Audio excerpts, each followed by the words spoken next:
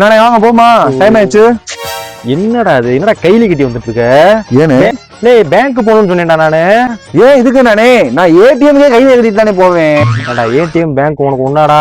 அப்புறம் எல்லாம் காசு எடுக்கிறது தானே. டேய் இப்படிதான் அன்னைக்கு விசேஷத்துக்கு போனான்னு சொல்லிட்டு கூட்டு போனா கல்யாண வீட்டுல கையில கட்டி உட்காந்துருக்க. அங்க இருக்கிறவங்க பத்தி கிச்சன் அங்க இருக்கு, அங்க போய் சமைங்க அப்படின்னு சொல்லி அசிங்கப்படுத்திட்டு இருக்காங்க. கைலின்ட்டு தெரியும் அப்படி சொல்லி என்னதான்டா இருக்குது? கையில என்ன இருக்கா இப்போ சொல்றேன், நோட் பண்ணிக்கணே. இப்போ நீ ஏதாச்சும் ஃபங்க்ஷனுக்கு போகணும்னா கிளம்ப எவ்வளோ நேரம் ஆக்குவ? ஒரு 10 நிமிஷம், ஒரு 20 நிமிஷம், இல்லை ஒரு 30 நிமிஷம்? எனக்கு 2 நிமிஷம் தான். இப்படி சுத்தி போட்டு தூக்கி கட்டிட்டு வந்துகிட்டே இருப்பேன். ரைட், அதை விடு.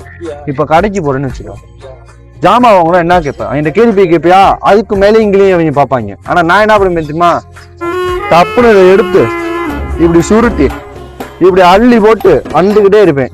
இங்க பாருனே, பாத்தீங்கள ஒண்ணு. இப்ப டக்குன்னு அவன் தெரிஞ்சவங்க மாமா யாராச்சும் வராங்க, நீ பசங்க ஒன்னு பேசிக்கிட்டு இருக்க, நீ அவர்கிட்ட போய் அவருக்கு மரியாதை கொடுக்கணும். என்ன பண்ணுவ? அவர் பக்கத்துல போய் வாங்க மாமா, எப்படி இருக்கீங்க மாமா, நல்லா இருக்கீங்க மாமான்னு கேட்ப. நான் என்ன பண்ணேன் தெரியுமா? இப்ப எங்க மாமா வராது, தப்புன்னு இப்படி கையில இறக்கி விட்டேன்னு அவரே நினைச்சுக்கான் மாப்பிள்ளை நமக்கு மரியாதை கொடுக்குறான் அப்படின்னு. நானே நீ சரி அதை கூட விடு. இப்ப நம்ம பிடிக்காதவங்க போறாங்க, அவங்க கிட்ட கெத்தா காட்டணும். என்ன பண்ணணும் தெரியுமா? இப்படி ஏத்தி இப்படி இறக்கி அப்படி கட்டணும்னு அடிச்சு பார்வையில மிரட்டி போடலாம். ஒரு 4 பேர் உன்னை அடிக்க வராங்க, அப்ப என்ன பண்ணும் தெரியுமா?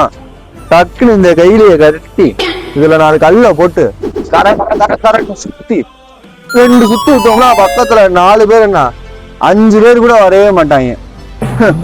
என்ன இருக்குன்னு கேக்குற? இன்னொரு விஷயம் தெரியுமா? தனுஷ் படத்துல அந்த ஹீரோயினை எப்படி கரெக்ட் பண்ணாரு? கையிலேயே கட்டிதான். இது தெரியாம வந்து கேள்வி கேட்டுக்கிற. இப்ப என்ன, உனக்கு நான் கூட வரக்கூடாது அவ்வளவுதானே? சரி, எனக்கு வீட்டுல வேலை கிடைக்கும், ஒரு கையிலேயே துவைக்கணும், போயிட்டாரு. கையிலே துவைக்கணுமா? ஆமா, நாளைக்கு பொண்ணு பார்க்க போகணும்னு சொன்னாங்க. அதான் அந்த கையிலேயே துவைச்சு அயன் பண்ணி போட்டு போனோம்னா மஜாவா இருக்கும்ல. அதுதான்